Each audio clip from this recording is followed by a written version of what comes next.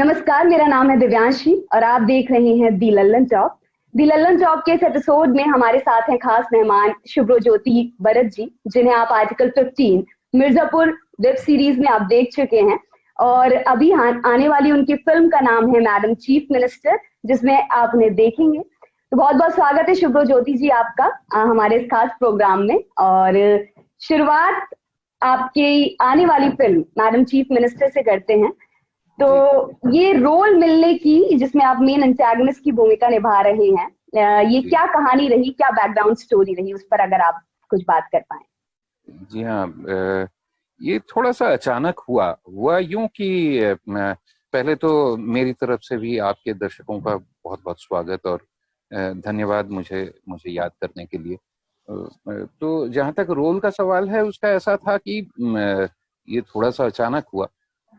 यूं था कि मैं अपने एक दोस्त की पार्टी में गया हुआ था, तो उन्होंने एक छोटा सा गेट टुगेदर रखा था, वहां गया हुआ था और वहां पे सुभाष जी आए हुए थे। और मुझे सुभाष जी से मुलाकात कराई गई, क्योंकि सुभाष जी ने कहा कि भाई ये जो हैं, इनसे मैं मिलना चाहता हूँ, इनका काम मुझे मिर्जापुर में पसंद आया था। तो जब मुझे मिलवाया गया तो मैं पहली बात तो ये सुन के मैं बहुत खुश हुआ कि सुभाष जी को मेरा काम पसंद आया। तो फिर उन्होंने कहा कि आपका काम मुझे काफी पसंद आया, और बहुत छोटी सी मीटिंग थी, बस इतनी सी बात थी और बस बात वहां पे खत्म हो गई। तो मुझे काफी आश्चर्य हुआ जब इससे कई महीने बाद मुझे फोन आया कि सुभाष जी कह रहे हैं कि अगर आप उनके ऑफिस में आए हो।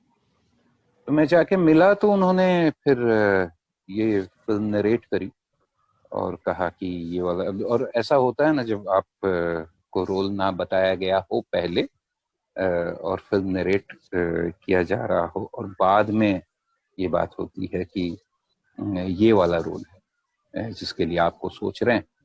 तो आप जब नरेशन चल रहा होता है तो आप अंदाजा लगा रहे होते हैं कि कौन से रोल के लिए इसमें से जो है ना आपको वो शायद मतलब कास्ट कर सकते हैं, कौन से रोल के लिए। तो वैसे करते करते फिर ये हुआ कि जब ना बहुत ही अच्छा रोल था मेरे लिए।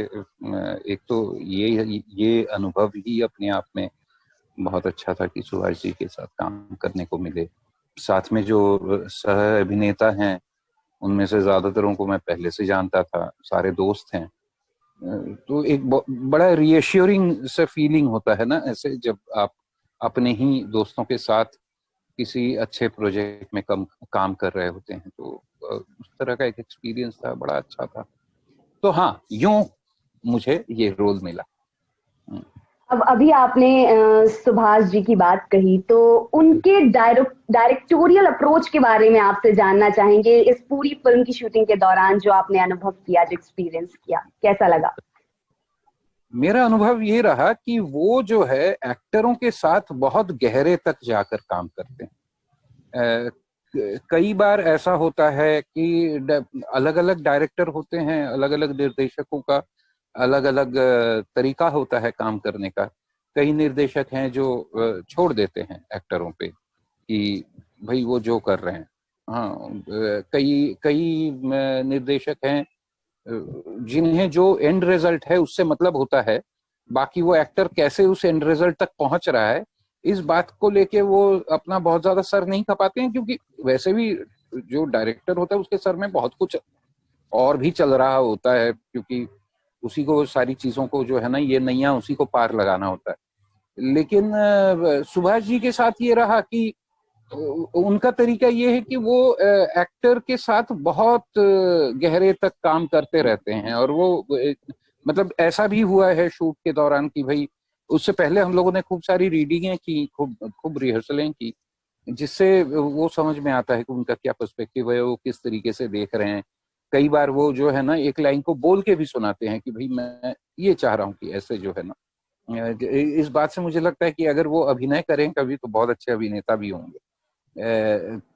फिर वो जो है ये करते थे कि भाई अगर एक एक टेक हो गया और तो एक टेक पे जो है ना वो कभी भी मतलब उनको अगर मिल भी गया तो भी वो इस तरह की बात हमेशा करते थे कि और एक करें, थोड़ा सा और गरमाएगा, शरीर गरमाएगा, दिमाग गरमाएगा तो और कुछ शायद निकल आए, और एक बार करें तो बहुत अच्छा। क्यों, हम थिएटर से हैं तो हमें तो जो है ना ये थोड़े से अखाड़े की जो है ना आदत है। तो जब तक बदन पे मिट्टी ना लगे तब तक जो है ना पहलवानी का मजा नहीं आता है। तो हमारा भी जो है ना थोड़ा सा वो अच्छा ही लगता है कि कोई जो है ना उस तरीके से आपको थोड़ा थोड़ा पुश करते रहते हैं। तो उसमें क्या होता है कि कई बार जो है 2-3 टेक में अलग सारी बातें निकल के आ जाती हैं। तो ये उनकी विशेषता है। और बहुत बहुत मजा आता है ऐसे काम करने। मुझे तो बहुत मजा है, क्योंकि मुझे लगता है कि हम ऐसे काम करने की थोड़ी सी आदी हैं इस वजह से। रतिशंकर शुक्ला के किरदार पर आते हैं, जिसके बारे में हमने इंट्रोडक्शन में भी बात की थी, मिर्जापुर। जी। इस पूरे जो आपने रोल है रतिशंकर शुक्ला का, उसे कैसे अप्रोच किया, कैसे वहां तक लेकर आए कि चर्चा का विषय बना, एक स्ट्रॉन्ग किरदार के रूप में निखर कर आया, उसके बारे में क्या बताना चाहेंगे? नहीं, मैं तो बहुत आभारी हूँ कि वो रोल जो है मुझे मिला और मेरी झोली में आया, और इसके चलते मुझे थोड़ी बहुत तारीफ भी मिली, थोड़ा मतलब लोगों के बीच में थोड़ी सी पहचान भी हुई उस रोल के चलते। तो मैं तो उस बात का बहुत ज्यादा आभारी हूँ। जहां तक लेकिन मतलब अगर उस तरीके से, तो मैं जो है ना इसका पूरा श्रेय खुद नहीं ले सकता, क्योंकि मुझे लगता है कि इसमें लेखक का बहुत बड़ा हाथ है। मैंने जब पहली बार स्क्रिप्ट पढ़ी थी, इसके सीन्स आए, तो मैंने पढ़ के मैंने तुरंत कहा था कि ये जो हमारे लेखक साहब हैं ये बनारस के हैं, क्योंकि मैं खुद बनारस का हूँ। तो मुझे जो लैंग्वेज के क्वर्क्स होते हैं, जो एक विशेषता होती है हर भाषा, बोली की, भाषा की नहीं कहनी चाहिए, बोली की, कि बनारस में जिस तरह की बोली बोली जाती है, ये लखनऊ में, दोनों में ही मतलब, और लखनऊ तो बहुत दूर हो गया, मैं कह रहा हूँ कि मान लीजिए बनारस और भदोही में जो भाषा बोली जाती है वो सेम भाषा है, लेकिन उस बोली में जो है ना थोड़े से अपनी अपनी विशेषताएं हैं, जो अगर आप वहां रहे नहीं है, ये शब्दों में समझाना भी मुश्किल है, अगर रहे नहीं है तो आपको नहीं पता चल पाएगा। और ये मेरे ख्याल से कमोवेश हर क्षेत्र के लिए सच है। तो उसमें जैसे एग्जाम्पल के तौर पे बता रहा हूँ कि जब जो इंट्रोडक्शन सीन है रतिशंकर का, वो एक जगह पे जब वो आता है आके, और गाड़ी उसकी आके रुकती है, वो ड्राइवर को कहता है कि गाड़ी 100 मीटर आगे लगा लो, नहीं तो शरद परेशान हो जाएगा। ये बनारस की आदत है। ऐसा उसने नहीं कहा कि गाड़ी थोड़ा आगे लगा लो, थोड़ा आगे जाके गाड़ी लगा लो, ऐसा नहीं कहा उसने, स्पेसिफाई किया 100 मीटर आगे लगा लो। तो बनारस में इस बात की आदत है लोगों को। आप कहीं अगर जगह भी पूछिएगा कि भाई हमको फलानी जगह जाना है, यहाँ से कितना पड़ेगा, 3.25 किलोमीटर तक पड़ेगा, वो बोलते हैं, जैसे कि वो नाप रखा है। नापा किसी ने नहीं है लेकिन ये बोलने की जो है ना एक वो तो मैंने जब ये पढ़ा, मैंने कहा कि इन्होंने ऐसा नहीं लिखा है, तो मुझे लगता है कि ये जो लेखक साहब है वो बनारस के हैं। तो एक तो क्या होता है कि आप एक क्षेत्र को जब पकड़ते हैं, वहां के कल्चर को पकड़ते हैं, उसकी साइकी को पकड़ते हैं, वो जब भाषा में उतर आए तो वो अभिनेता को बहुत मदद करता है। वो चीज तो लेखक का बहुत बड़ा हाथ है। उन्होंने जिस तरह के सीन्स लिखे, जैसा इंट्रोडक्शन लिखा, बड़ा ड्रामेटिक सा उनका इंट्रोडक्शन है रतिशंकर शुक्ला का, तो वो बहुत मजा आया। और दूसरी बात ये हुआ कि मेरे ख्याल से उनके दिमाग में इनिशियली ऐसा मुझे लगता है कि in the scheme of things Ratishankar Shukla was not a major character. लेकिन जब वो खेला जाने लगा, मतलब that was the first day of my shoot when we were shooting for the first scene. तो ये हुआ कि हमारे डायरेक्टर साहब करण अंशुमन और जो लेखक थे पुनीत जी, वो दोनों आए मेरे पास और कहने लगे अब अफसोस हो रहा है कि ये मर जाता है, हाँ इसके साथ और खेल सकते थे। तो may be what happens is कि ये भी होता है ना कि जब आप लिख रहे होते हैं, वो जब कोई जिंदा जावेद इंसान उसके बाद उसको पोर्ट्रे कर रहा होता है, तो ये होता है कि आपको उसमें और संभावनाएं दिखने लगती हैं। तो उस तरीके का था। तो और मैं क्योंकि बनारस का हूं, तो मैं उधर के थोड़ा सा मुझे ऐसा लगता है कि मैं वो साइकी को थोड़ा सा समझता हूँ, वहाँ के लोगों की साइकी को। मेरी स्कूलिंग हुई है बनारस में। मैं कोई जब जवान हुआ या जब, तो तब नहीं रहा बनारस में, आता जाता रहा हूँ क्योंकि हमारा पुश्तैनी घर बनारस में है। तो मैंने लोगों को काफी नजदीक से देखा है एक फॉर्मेटिव ईयर्स में।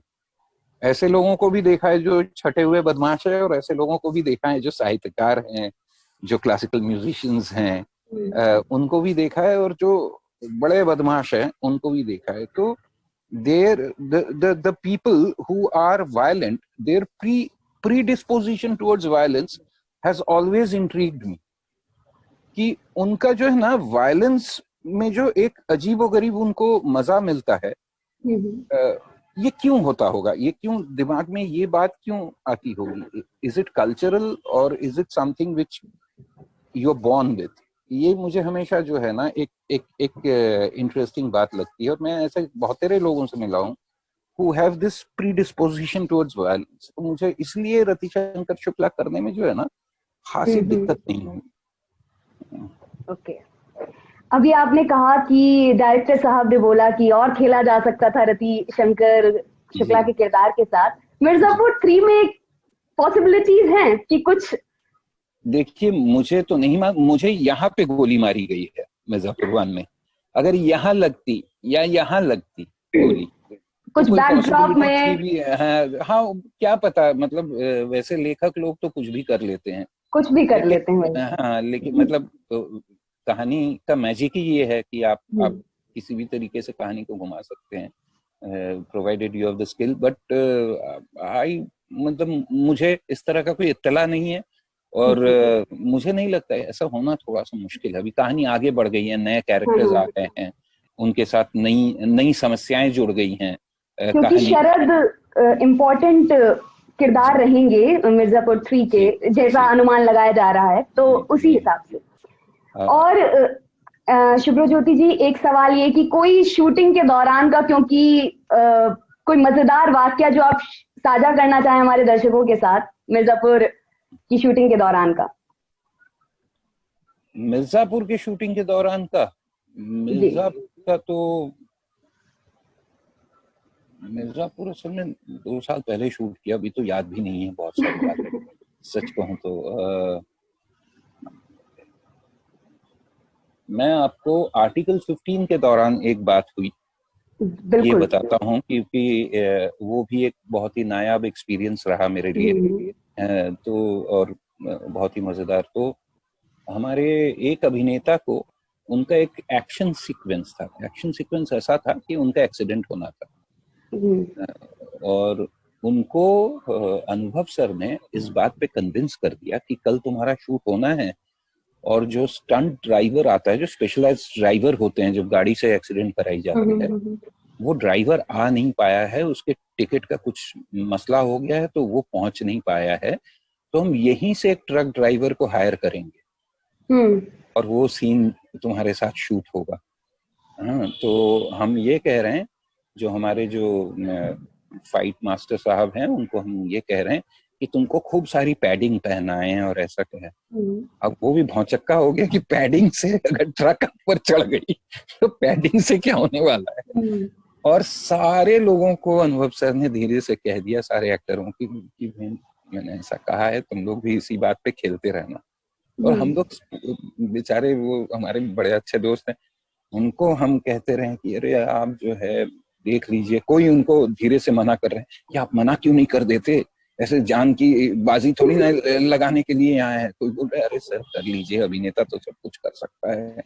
इस तरह की बातें जो है ना हम लोग करते रहे, और वो इस असमंजस में रहे कि क्या करूं, मैं मना कर दूं क्या?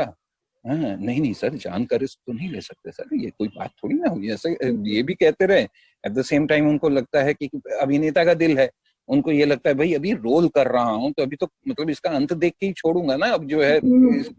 तो बहुत परेशान रहे, हालांकि वो सब कुछ भी नहीं था, पूरी सारी चीजें पहले से वो थी। और जब वो बात खुली तो हम लोग सब बहुत इस बात पे जो है मजे लिए और अगला सवाल मेरा इसी पर था, आर्टिकल 15 पर। जल्दी आ गया, कोई बात नहीं। अनुभव सिन्हा जी की आपने बात कही अभी, तो उनके साथ जो उनका पूरा जो डायरेक्टोरियल अप्रोच है वो कैसा, क्या कुछ सीखने मिला, क्या कुछ नई चीजें हुई, अगर उसके बारे में आप कुछ रोशनी डालना चाहेंगे? अनुभव सर जो है ना, मुझे ऐसा लगता है कि एक तो उनकी जो लीडरशिप क्वालिटी है, मतलब एक लीडर कैसा होता है वो जो है ना, वो अगर समझना है तो अनुभव सर के साथ काम करना पड़ेगा आपको।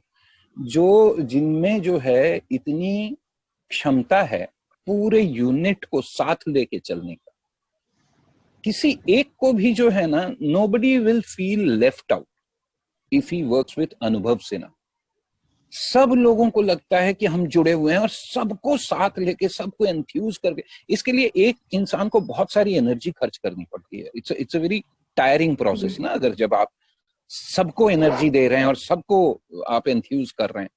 लेकिन इसकी जो है ना, उनमें अपार शक्ति है। वो जो है ना ये करते हैं और कमाल है उनका। एक तो ये बात है उनकी। हाँ, तो मुझे लगता है लीडर्स ऐसे होते हैं जो जो ये कर पाते हैं। दूसरी बात जो अनुभव सर की है वो ये है कि Anubhav sir is very specific as to what he wants. तो वो जब शूट करते हैं वो इतने स्पेसिफिक शूट करते हैं कि कई बार हमें लगता था कि अरे और कुछ होना चाहिए था क्या। और हम जो है एक आध बार जब, क्योंकि वो तो सबके दोस्त हैं, वो तो हमारे साथ डिनर में बैठ के भी मस्ती मजाक, जैसे कि सुना है कि कैसे खिंचाई कर रहे थे दूसरे एक्टर की, तो जैसे वो सब करते रहते थे वो। हाँ, शूट उन्हीं का चल रहा है, उन्हीं मतलब सबसे ज्यादा टेंशन भी उन्हीं को है और सबसे ज्यादा मस्ती भी वही करते हैं।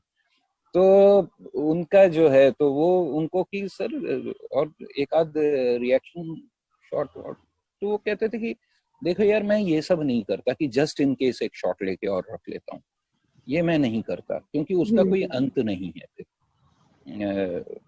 मेरे दिमाग में है क्या करना है और कितना करना है। तो he was very clear, very specific about. और आप देखिए मुसलसल उनकी जो ये दोनों तीनों फिल्में जो उनकी आई हैं, पहले मुल्क, उसके बाद आर्टिकल 15, उसके बाद थप्पड़, उसमें देखिएगा आप जो है ना, उस कहानी के लेवल पे जो है वो कहानी तो मतलब घटना से आगे नहीं बढ़ती। वो जो चरित्र है, जो प्रोटैगनिस्ट कैरेक्टर, वो क्या महसूस कर रहा है, उसके एहसासात के लेवल पे कहानी आगे बढ़ती है। और ऐसे कहानी को आगे बढ़ाना और उसको पकड़ के रखना, उसका टॉटनेस बनाए रखना, ये सबसे मुश्किल काम। तो मुझे लगता है कि वो ये कर ही इसलिए पाते हैं कि because he is so specific about what he wants. उनके दिमाग में इतनी क्लैरिटी होती है। तो ये मुझे लगता है कि मुझे सीखने को मिला उनसे। मैं समझता हूँ कि मैं बहुत ही इंडिसिसिव सा, अनक्लियर सा इंसान हूँ, तो मुझे ऐसी बातें बड़ी अट्रैक्ट करती हैं जो मुझ में, जिसकी बिल्कुल कोई क्वालिटी नहीं। जी, आपकी जर्नी पर आते हैं। थिएटर से आपने शुरुआत की, फिर टीवी, फिल्मों और अब वेब सीरीज में भी हमने आपकी एक्टिंग को देखा, लोगों ने सराहा। कैसे अपने आप को मानते हैं कि कैसे इवॉल्व हुए through this journey, personally and professionally both? देखिए, मैं तो करना चाहता था थिएटर, और ऐसा रहा बहुत सालों तक। मतलब पिछले, मेरे ख्याल से पिछले 4-5 साल, 4-5 क्या, पिछले 3-4 साल पहले तक मैं बिल्कुल ऐसा नहीं चाहता था कि मैं जो है ना किसी मीडिया में जो है एक लॉन्ग टर्म के हिसाब से, एक करियर के हिसाब से जो है ना किसी तरह का काम करूं। मुझे ऐसा लगा था कि मैं थिएटर करूंगा, और थिएटर करूंगा मतलब एक्टिंग करूंगा ये भी नहीं, कि मैं थिएटर करूंगा। और थिएटर में जो भी काम है, मैंने डायरेक्ट भी किया है एक आध नाटक, मैंने कभी किसी दोस्त के नाटक के लिए लाइट भी कर दिया है। और एक्टिंग तो खैर, आप अगर थिएटर कर रहे हैं तो एक्टिंग क्योंकि धुरी पे है थिएटर के, तो आप एक्टिंग से बच नहीं सकते, आपको एक्टिंग करनी है। तो सबसे ज्यादा ऑब्वियसली जितने भी नाटक हैं उसमें एक्टिंग ही किया है, लेकिन बाकी काम भी मुझे करने में उतना ही मजा आता था। तो मैं कभी भी जो है ना इस तरीके से अपने आप को देखा नहीं कि मैं जो है ना अभिनेता ही हूँ सिर्फ। तो क्योंकि ऐसे नहीं देखा, इसीलिए कभी मीडिया में जाके अभिनय करने का या वो करने का मुझे जो है ना इस तरह का अलग से शौक नहीं था। ये जरूर है कि मैंने पहले टीवी में काम किया है एक आध सीरियल में, और ये वो भी बहुत टूट के, क्योंकि इनफ्रिक्वेंटली, क्योंकि उसमें क्या होता था कि कोई दोस्त है जो जानता है, उसने बुला लिया, हमने भी जाके कर लिया।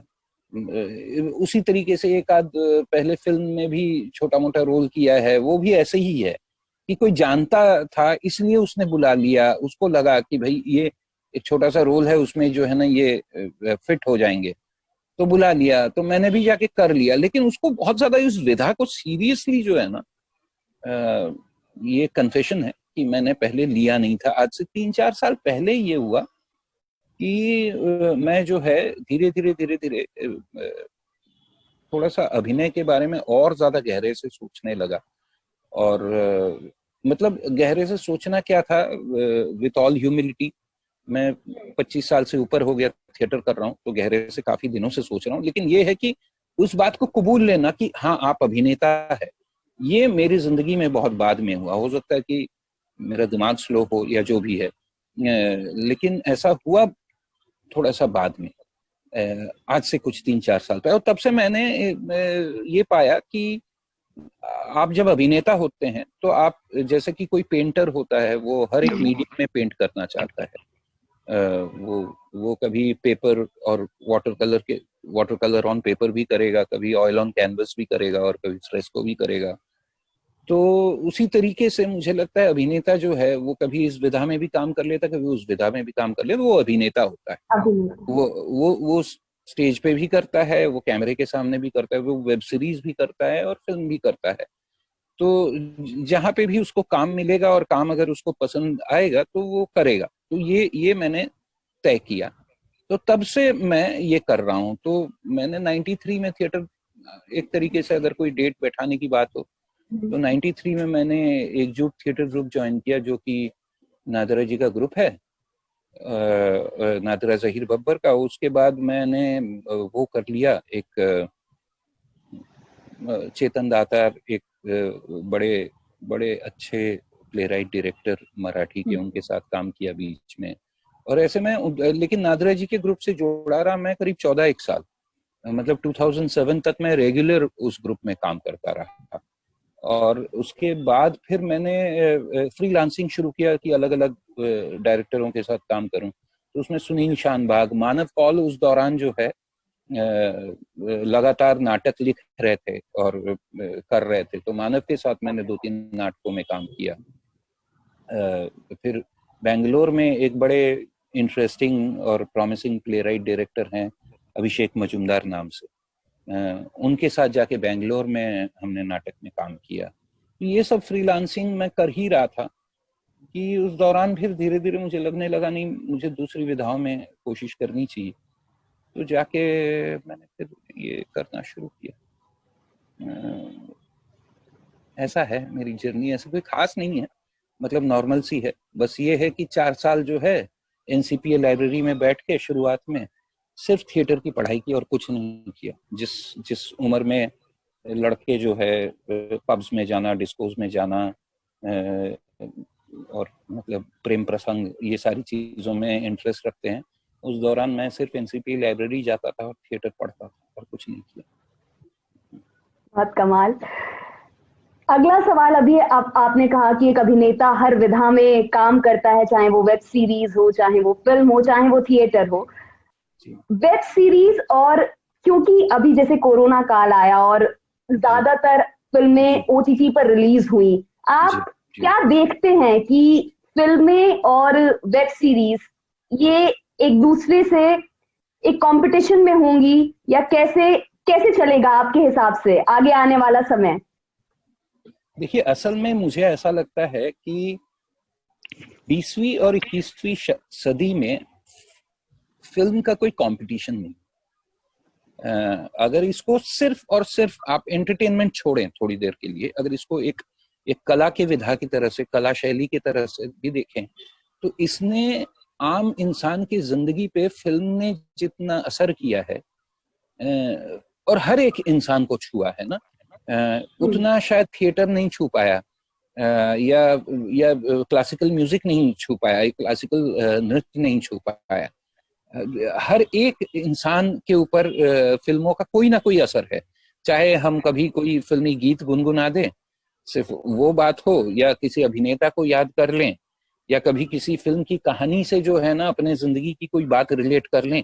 इस तरीके से और ये कमोबेश हर इंसान के साथ होता है, चाहे वो फिल्म से जुड़ा हुआ हो, चाहे फिल्म से दूर दूर तक उसका कोई संबंध हो या ना। तो मुझे लगता है कि फिल्मों का तो कोई जो है ना उस तरीके से कोई कंपटीशन नहीं फिल्मों के साथ। उल्टा मुझे वेब सीरीज का ये लगता है कि वो जो है ना फिल्म और वेब सीरीज आज की तारीख में तो कम से कम एक दूसरे के परिपूरक है। कि हो ये रहा है कि वेब सीरीज अगर आपको देखना है, और वेब सीरीज की ये डिमांड है, देखिए क्या करते हैं कि एक साथ पूरा सीजन रिलीज कर देते हैं। ये सीरियल की तरह तो चलता नहीं है कि आप जो है ना हर हफ्ते में या हर 2 दिन में एक एपिसोड रिलीज करते हैं। आदत ये होता है कि एक साथ, ताकि वो भी चाहते हैं कि भाई आदमी बिंज वॉच कर इकट्ठे जो है एक बार में वो देख लें सारी चीजें। तो ऐसा करने के लिए मतलब समझ लीजिए कि अगर 6 एपिसोड मुझे देखना है और एक एक घंटे का एक एक एपिसोड है, मतलब मैं अपने जीवन का 6 घंटा एक वेब सीरीज देखने के लिए लगाऊंगा, तो फिर वेब सीरीज की मजबूरी हो जाती है कि इस कहानी के लेवल पे, स्क्रिप्ट के लेवल पे उसको विशेष और बहुत ही टाइट होना पड़ेगा। अगर नहीं है तो फिर इंसान तो 6 घंटे बैठ के देखेगा। हाँ, वो रख देगा, वो सोचेगा ठीक है अभी 2 एपिसोड देख लिया, अभी रख देता हूँ, सोना भी है, कल सुबह काम पे भी जाना है, और बाद में जो है ना देख लिया जाएगा, और बाद में कुछ और देखने लगेगा। आप उसको उसी वक्त पकड़ के बैठा के अगर दिखा दिए तो दिखा दिए। तो उसके लिए कहानी और कहानी कहने का ढंग, ये दोनों जो है बहुत ज्यादा टाइट होना पड़ता है वेब सीरीज, जिसकी वजह से इतनी सारी इंटरेस्टिंग वेब सीरीज जो है ना देखिए ना रिलीज हुई है। इतनी सारी इंटरेस्टिंग वेब सीरीज है आज की तारीख में जो है ना, we are spoiled for choice. हमें चूज करना पड़ता है कि भाई हम ये देख लें या वो देख लें। हर एक ओटीटी प्लेटफॉर्म पे आ रहा है। आपकी कोई फेवरेट? मेरी फेवरेट मतलब आप मिर्जापुर के अलावा पूछ रही हैं? हाँ जी। मुझे दिल्ली क्राइम बहुत अच्छी लगी। मुझे उसमें जिस तरह की कास्टिंग है, जिस तरह का काम है, कास्टिंग मुझे कमाली है। जिस तरह के अभिनेताओं को वो लाए थे, और वो इतना नेचुरल और इतनी ग्रिटी ऐसा वो माहौल तैयार किया था, तो मुझे दिल्ली क्राइम बहुत कमाल वेब सीरीज लगी। तो ये हुआ कि, तो मुझे ये लगता है कि इस वजह से जो है ना अभिनेता अभी आपको जो है ना अनयूजुअल फेसेस, अनएक्सपोज चेहरे आपको वो वेब सीरीज में देखने को मिलती है, तो फिर वो काम करते हैं, उनका काम शोकेस होता है, तो उसके चलते उनको दूसरा काम मिल जाता है, फिर फिल्मों में काम मिल जाता है। तो इसलिए मुझे लगता है कि ये दोनों जो है ना एक दूसरे के परिपूरक है। ये मतलब ये बहुत ही इंटरेस्टिंग बात हो रही है इन दिनों जो है ना। I am very very intrigued and very very fascinated by what is happening right now. Web series और फिल्मों के बीच में जो ये जुगलबंदी चल रही है ना, ये मुझे बहुत इंटरेस्टिंग लग रहा है। जी। हमने थिएटर से आपकी वेब सीरीज तक की जर्नी पे बात कर ली, पर जानना ये भी चाहेंगे कि ये एक्टिंग जो थिएटर से पहली बार मिलना हुआ वो कैसे हुआ?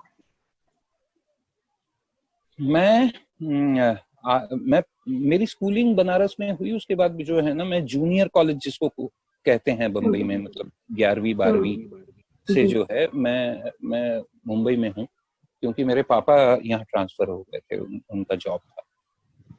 तो यहाँ पे जब पढ़ाई कर रहा था और 12वीं के आसपास मुझे एक साहब मिले जिनका नाम है सब्यसाची देव बर्मन, और वो यहाँ थिएटर करते थे बम्बई में, और बहुत ही नॉलेजेबल, बहुत ही टैलेंटेड एक थिएटर के वो थे। तो उनसे मैं, वो मेरे मतलब वही है कि 17-18 साल की उम्र थी, तो मैं उनसे बहुत प्रभावित हुआ, और उन्होंने ही मुझे जो है थिएटर, अगर मैं उनके साथ एक आध नाटक में, वो छोटे एमेचर नाटक होते थे, 1 एक्ट नाटक, उसमें उनके साथ काम किया, तो थोड़ा सा नशा सा लग गया। तो उन्होंने कहा भाई तुमको थिएटर अगर और समझना है या सीखना है तो पहले तो ये, अच्छा वो बंगला भाषा में करते थे, अब मुंबई शहर में बंगला भाषा में नाटक तो उसका बहुत ही लिमिटेड एक रीच है। तो उन्होंने कहा कि भाई आप ये करो कि पहले तो अगर थिएटर आपको सीखना है तो आप वर्कशॉप्स करो, एनसीपीए लाइब्रेरी जाओ, वहां जाके पढ़ाई करो थिएटर के बारे में, और किसी हिंदी थिएटर ग्रुप ज्वाइन कर लो, जिसके चलते मैंने जाके नादरा जी का ग्रुप ज्वाइन किया था। ये 93 की बात है। और तब से फिर जो है उनके ग्रुप में, नादरा जी का ग्रुप जो है ना, उस वक्त क्या था कि जब कम से कम हमने ज्वाइन किया था कि it was a very good place to try out things. वहां पे आपको कुछ भी करने की और करके विफल होने की जो है ना, आपको आजादी थी। वो स्पेस था। आपको अगर कुछ बजाना है, ढोलक बजाना है, ढोलक पड़ा हुआ है, आप बजाइए। आप बहुत ही खराब बजाएंगे शायद, या ठीक ठाक बजा लेंगे, दोनों में से कुछ भी हो सकता है, लेकिन कोई आपको रोकेगा नहीं उस बात से। या आपको कोरस में बैठ के, अगर कोई रिहर्सल चल रही है उसमें कोरस में बैठ जाना है या गाना है, तो आप गाइए। आप हो सकता है कि सुर में गाएं या आउट ऑफ ट्यून हो, लेकिन आपको कोई रोकेगा नहीं। या अगर कोई रोल है, कोई रिहर्सल चल रही है, कास्टिंग हो चुकी है और आपके सीनियर्स काम कर रहे हैं, लेकिन कोई रोल है जो आपको बहुत सही लगता है और आप करना चाहते हैं, तो आप अलग से उसका प्रिपरेशन करते रहिए साथ साथ में। कभी अगर कोई रिहर्सल में नहीं आया तो उसका प्रॉक्सी दे दीजिए। हैं, इस तरीके से आप अपनी तैयारी करते रहिए। उसके लिए भी जो है ना सारा एनकरेजमेंट होता था। तो ये एक बहुत अच्छी बात मुझे लगती। तो मेरी दिनचर्या ये थी कि मैं जो है ना सुबह जाता था एनसीपीए लाइब्रेरी, और क्योंकि वो रीडिंग रूम था, वहां से किताबें लाने की इजाजत नहीं थी, तो वहां पे मैं शाम तक बैठ के पढ़ता था। फिर वहां से लोकल ट्रेन पकड़ के मैं अंधेरी स्टेशन पहुंचता था और भवंस कॉलेज में हम लोग रिहर्सल करते थे। तो मैं जो वहां पढ़ता था, क्योंकि वो भी एक सेंस ऑफ डिस्कवरी के साथ पढ़ रहा था मैं, सारी बातें मेरे लिए नई थी, सारी बातें जो है ना एक अलग सी दुनिया खुल गई थी।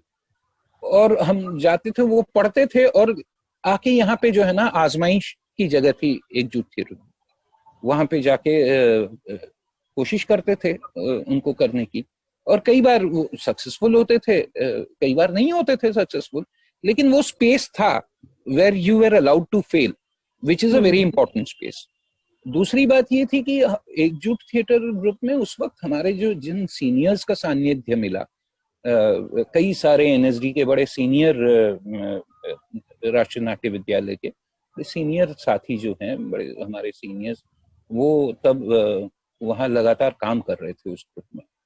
तो वो आते थे, वो रिहर्सल करते थे, उनको देखने का जो है ना एक वो, हम उनसे भी सीखते थे। तो वो मिला जुला के एक बड़ा अच्छा सा सफर था एकजुट का। तो हम रहे उस ग्रुप में इसी से।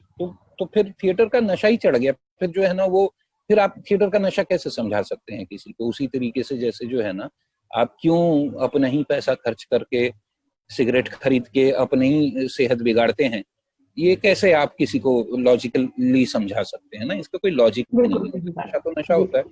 तो उसी तरीके से थिएटर का भी नशा हो गया, और फिर लगा रहा, फिर जिंदगी बर्बाद कर दी। और क्या। अभी कितने एक्टिव हैं थिएटर में आप? हम रेगुलर करते हैं। कुछ हम लोग दोस्त हैं, जिसमें कुमुद मिश्रा भी है, मैं हूँ। हम लोग एक छोटा सा हमारा ग्रुप है, डी फॉर ड्रामा नाम से। उस ग्रुप से हम लोग रेगुलर नाटक कर रहे हैं, अभी भी कर रहे हैं। और कुछ दूसरे दोस्तों के साथ जो काम किया है पहले, उसके शोज जो अभी आते हैं, तो वो शोज करते हैं।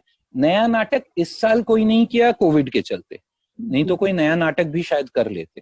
तो ये साल तो मतलब 2020 की बात कर रहा हूँ मैं, ये साल तो नहीं रहा, पिछला साल हो गया। तो 2020 में कोई नया नाटक नहीं कर पाए, लेकिन 2021 में उम्मीद है कि कोई किसी नया नाटक में। थिएटर तो करना ही है, थिएटर नहीं करूंगा तो मर जाऊंगा, यही कहाँ जाऊंगा जी। हॉलीवुड पर चलते हैं। आपने 2 फिल्मों में काम किया है वहाँ पे, the best exotic marigold hotel और द सेकंड बेस्ट। हॉलीवुड से जुड़ना कैसा हुआ? वहां पर कैसे कास्ट हुए? क्या अब असल देखिए ना, ये जो है ना, मतलब वो एक कास्टिंग एजेंसी के जरिए से कास्टिंग के लिए कॉल आया और जाके मैंने ऑडिशन दिया और कास्ट हो गया। उसका भी वो दौर था जब मैं जो है ना एक्टिंग वैक्टिंग को लेके बहुत ज्यादा, मतलब खासकर फिल्मों में और एक्टिंग को लेके बहुत ज्यादा सीरियस नहीं था। मेरा भी जो है ना पूरा पूरा मेरा फैसिनेशन भी ये था कि ये कोई एक ब्रिटिश कंपनी आई हुई है, और जॉन मैडन जो है उनका नाम मैंने सुना हुआ था क्योंकि उन्होंने शेक्सपियर इन लव बनाई थी। तो मुझे लगा कि भाई बड़े अच्छे डायरेक्टर हैं, तो चलो छोटा सा ही रोल सही, लेकिन एक बार समझ में तो आएगा कि ये लोग कैसे काम करते हैं। तो उस चक्कर में फर्स्ट किया था, तो फर्स्ट में तो बहुत ही छोटा सा एक रोल था जो शायद एडिट में बहुत सारा कट कटा भी गया था।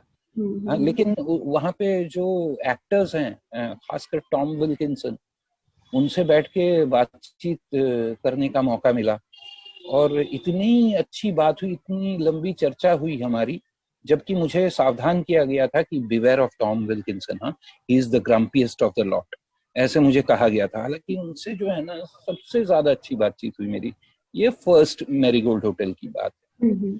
जब सेकंड हुआ तब मुझे फोन आया कि भाई जॉन चाह रहे हैं कि आप आके एक नए रोल के लिए ऑडिशन दे। तो मैं गया, और जॉन मैडन खुद ऑडिशन लेते हैं, किसी और के ऊपर छोड़ते नहीं, तो वो थे। तो ये तो मैं इस बार क्या था कि सारे सीन्स जो है वो जूडी डेंच के साथ थे। तो मुझे लगा कि भाई ये तो यूं ही कर लूंगा मैं, क्योंकि अब जूडी डेंच के साथ कहाँ मौका मिलेगा ना काम करने का अदरवाइज।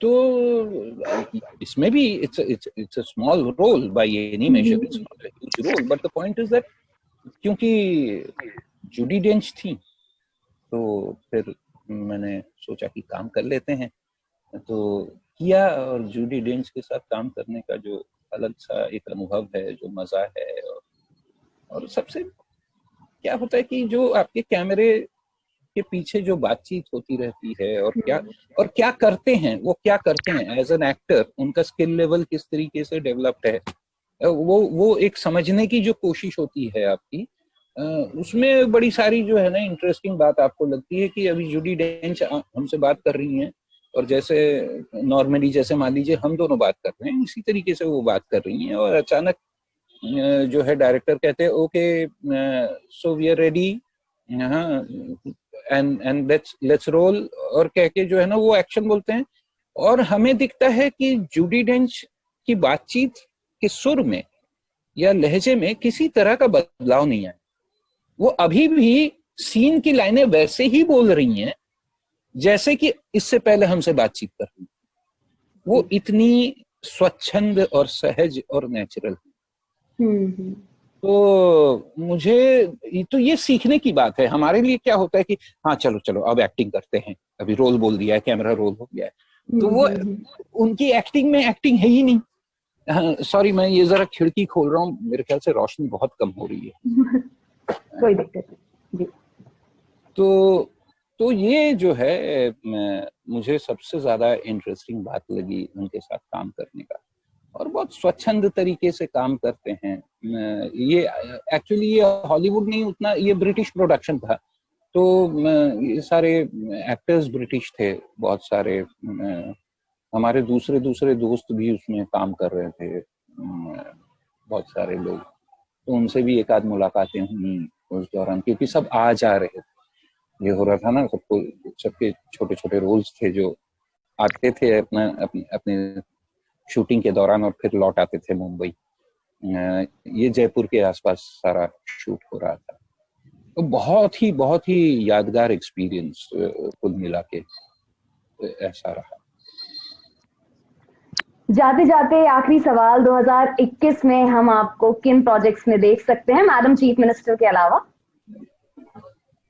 एक तो जो मैं अभी शूट कर रहा हूँ वो एक वेब सीरीज है, थ्रिलर सा है। हाँ, इसके आगे कहना उचित होगा कि नहीं मुझे पता नहीं, क्योंकि एक एनडीए नाम से चीज होती है जिससे मुझे बड़ा डर लगता है, नॉन डिस्क्लोजर एग्रीमेंट, क्योंकि अगर केस हो गया तो वकील हायर करना अभी मेरे लिए जो है ना थोड़ा सा मुश्किल है। तो इसलिए इससे ज्यादा रिवील करना शायद उचित नहीं होगा। जहां तक दूसरा एक प्रोजेक्ट जो है वो है अमोल गुप्ते साहब ने ये बनाई है साइना नेहवाल की बायोपिक, उसमें मैं हूँ, उसमें मैंने काम किया है और वो मेरे ख्याल से अगले एक आध महीने में रिलीज पे होगी वो फिल्म, तो उसका इंतजार है। बाकी तो ऐसा है कि 2020 में बातचीत खूब सारी हुई, अब काम भी जो है ना आगे होगा 2021। लोग जो है ना असल में क्या हुआ है कि 2021 से एक तरीके से जिंदगी फिर से शुरू कर पाए, तो 2020 जो है ना वो चाहते हैं कि जितनी जल्दी वो भूल सके उतना ही अच्छा है। तो ऐसे में ये है कि अभी 2021 में आगे looking forward to an exciting 2021 actually. बहुत सारी संभावनाएं हैं और बहुत सारी अपेक्षाएं। हम भी यही उम्मीद करते हैं कि 2021 सभी के लिए बढ़िया हो और आपको खूब पर्दे पर देखने, OTT पर पर्दे पर देखने का मौका मिले। अपने दर्शकों से जाते जाते कहना चाहेंगे कि मैडम चीफ मिनिस्टर में आप सुब्रज्योति भरत जी को देख सकते हैं, मिर्जापुर में आपने देखा ही है, और all the best for that. और बहुत अच्छा लगा आपसे बात करके, आप हमारे इस खास प्रोग्राम में पधारे, बहुत बहुत शुक्रिया। धन्यवाद, धन्यवाद, बहुत बहुत धन्यवाद।